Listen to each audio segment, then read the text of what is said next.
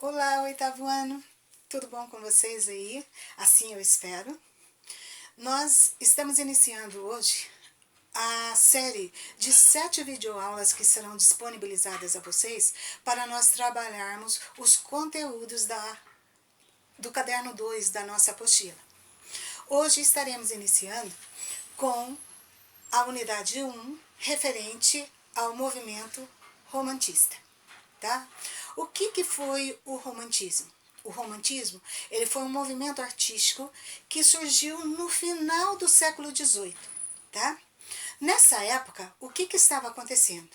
O povo e os artistas também estavam num grande descontentamento com o governo francês, que, no caso aí, estava sendo liderado por nada mais nada menos que Napoleão Bonaparte. Tá?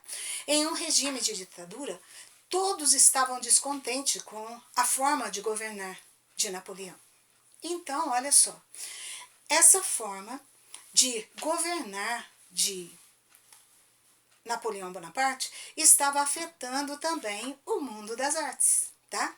Os artistas, então, começaram a ficar descontentes com tudo que estava sendo feito aí, no caso aí, em relação à arte, tá?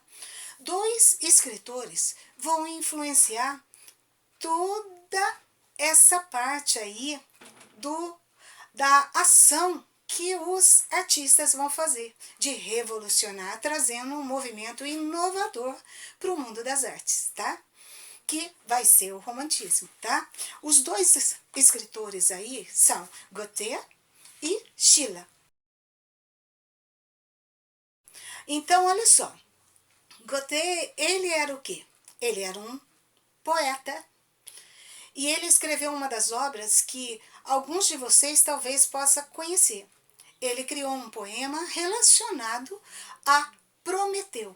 Prometeu é um ser da mitologia que conta-se a história que ele, ao roubar alguma coisa importante de Zeus, ele foi condenado a ficar o quê? Acorrentado a uma rocha, onde durante o dia ele tinha o quê? O seu fígado comido por uma águia ou talvez um abutre, tá?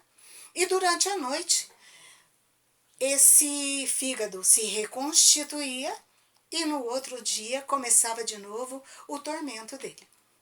Então, olha só, Schiller ele escreveu o quê? Ele escreveu uma obra chamada Maria Stuart, que conta a história da rainha da Escócia. Tá? Conta todo o trajeto da vida dela, desde a infância até os casamentos mal sucedidos dela, até a morte dela através do quê? De um carrasco que decepa a cabeça de Maria Stuart, tá? Então são o quê? São obras fortes que esses escritores faziam. Diante desse estilo novo que esses dois escritores vão lançar, o que vai acontecer? Isso vai mexer também com a cabeça dos artistas, dos pintores. Então, o que eles vão fazer? Eles vão começar agora a mostrar o seu descontentamento com a arte que estava sendo feita. Eles não queriam mais fazer uma arte que não pertencesse ao povo deles, tá? Uma arte genuinamente nacional. Então, o que eles fizeram? Eles começaram o quê? A revolucionar essa parte aí do mundo artístico, tá? E eles vão querer uma arte que estivesse voltada ao quê? Para a liberdade, uma vez que eles estavam se sentindo o quê? Sufocados pela ditadura de Napoleão Bonaparte. Outra coisa, eles queriam uma arte que pudesse, onde eles pudessem expressar as suas emoções. Cada um pudesse ser o quê? Individuais no modo de expressar. Eu não tenho que copiar ninguém. Eu tenho que ser eu mesma. E a forma como eu sinto é o que eu vou mostrar em meus trabalhos. Um sentimento também de nacionalismo. De nacionalismo no sentido de querer o quê? Algo que fosse o quê? Do próprio país, tá? Eu não tenho que copiar uma arte que veio de outros países. Eu sou e posso e sou capaz de fazer uma arte genuinamente do meu país. Então, olha só, o romantismo, então, ele teve alguns destaques. Teve destaque na música, no teatro, na dança e na pintura, tá? Na música, surgiram alguns músicos que vocês já devem ter ouvido falar. Beethoven e Schubert, tá?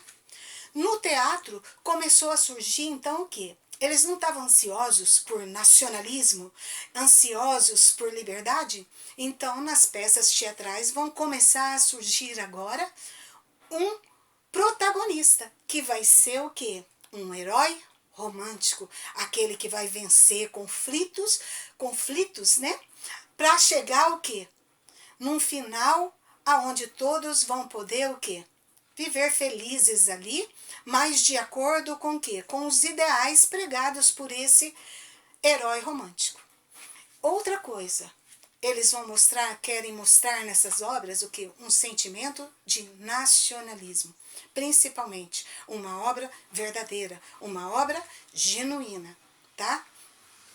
O romantismo, então, olha só, na dança, ele se deparou com uma parte que foi o quê? A parte assim meio que envolvendo o sobrenatural, tá? Existe uma peça teatral que ela é mais voltada para o balé, mas ela conta uma história chamada La Sílfide, tá? La Sílfide. A Sílfide nada mais é do que um espírito, algo sobrenatural. Então conta-se a história através da dança desse balé, conta-se a história de um homem que se apaixona por uma sílfide, tá? Um espírito, tá? E aí eles vão viver as peripécias aí desse amor controverso, tá? Outra coisa, então, o romantismo, ele se destacou não só na pintura, ele se destacou na música, no teatro e na dança, que são o quê? As formas de linguagem. Lembra que a gente já falou? A arte, ela se expressa através de 4 linguagens. As artes visuais, onde está incluída as pinturas, esculturas. Outra coisa, através da música, do teatro e da dança.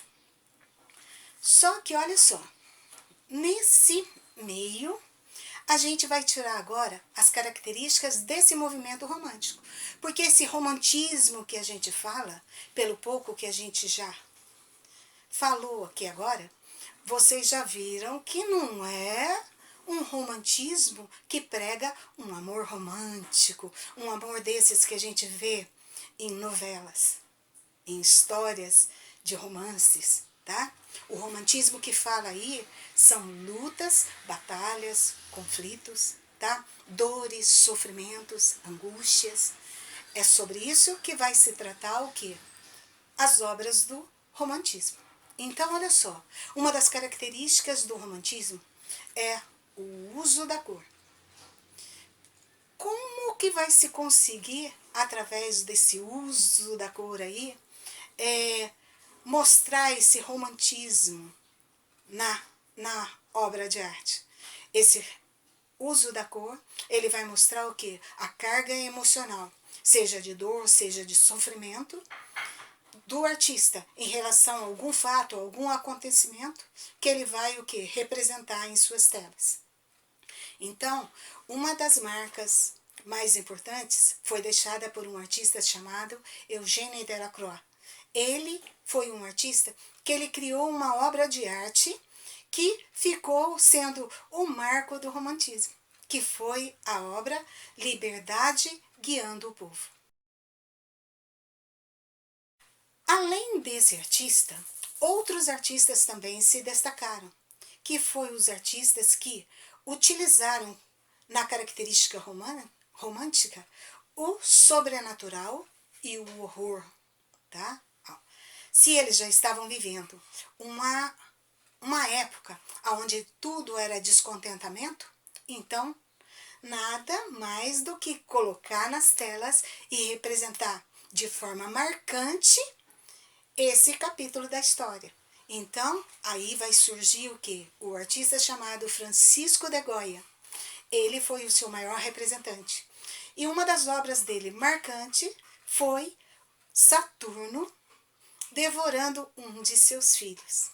Conta-se a história que Saturno, ele, com medo de uma profecia que foi feita em relação a ele, que dizia que um de seus filhos ia se apoderar do trono dele, o que ele fez? Para não perder o trono para o filho, ele acabou matando, devorando esse filho. A obra é meio chocante. Outra característica romântica foi a temática política e nacionalista. E o seu maior representante foi o artista Théodore Géricault. Ele fez a obra chamada A Balsa da Medusa, onde ele retrata nessa obra um naufrágio. Tá? Ele mostra o sofrimento, pessoas mortas sobre essa balsa, outros tentando salvar em meio ao mar revolto. Outra característica importante do movimento romântico foi o que? A força da natureza, que agora vai ser expressada em seu ponto maior. É mostrando como que a natureza é forte em relação ao quê? Aos fenômenos que vão acontecendo, como tempestades, mares revoltos, tá? Isso é o que vai ser retratado nessas obras. E um de seus principais artistas que se destacaram nesse estilo de obra, utilizando a natureza, foi o que? William Turner. William Turner, ele criou o que? Uma obra onde mostra o que? Todo o poder da natureza. A obra dele mais marcante foi Tempestade de Neve. Outro artista também que ainda se destaca na força da natureza foi Caspar David. Ele criou o quê? Uma obra também bem marcante, como vocês vão ver, A Árvore dos Corvos. Pessoal, a nossa videoaula já está acabando. Vou ficando por aqui. Obrigada pela atenção. Beijos para vocês. Tchau!